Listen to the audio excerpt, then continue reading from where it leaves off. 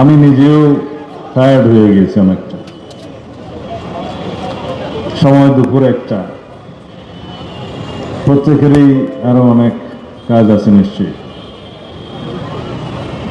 আজকের এই আয়োজন সম্ভবত হয়েছিল মুক্তিযোদ্ধা প্রজন্ম দলের একটি কমিটি ঘোষণা করা হবে। আমি আয়োজকদেরকে অনুরোধ করেছি যে এখানে এই ঘোষণাটা না দিয়ে দলীয়ভাবে সিদ্ধান্ত নিয়ে সেই কমিটি ঘোষণা দিয়ে অভিষেক অনুষ্ঠানটা পরে করা যাবে।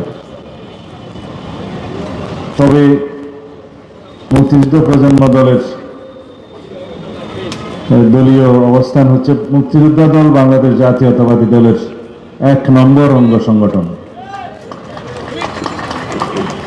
অঙ্গ সংগঠনেরই সহযোগী সংগঠন হিসেবে মুক্তিযোদ্ধা প্রজন্ম দলের কর্মকাণ্ড।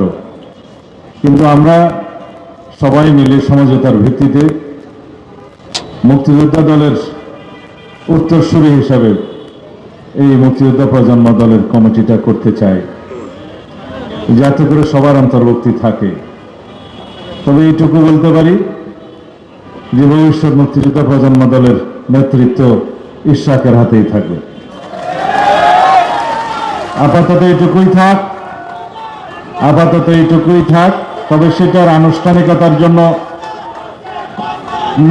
স্লোগান বন্ধ, প্লিজ প্লিজ প্লিজ।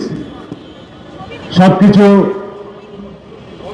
নিয়ম মাফিক সাংগঠনিক রীতি অনুযায়ী সকলকে নিয়ে সমঝোতার ভিত্তিতে যারা বর্তমানে মুক্তিযোদ্ধা প্রজন্ম দলের নেতৃত্ব দিচ্ছে, কমিটি আছে, সবাইকে নিয়ে একসাথে করে করতে হবে।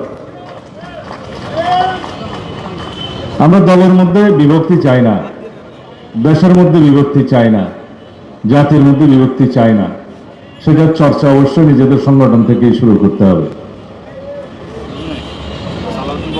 বাংলাদেশের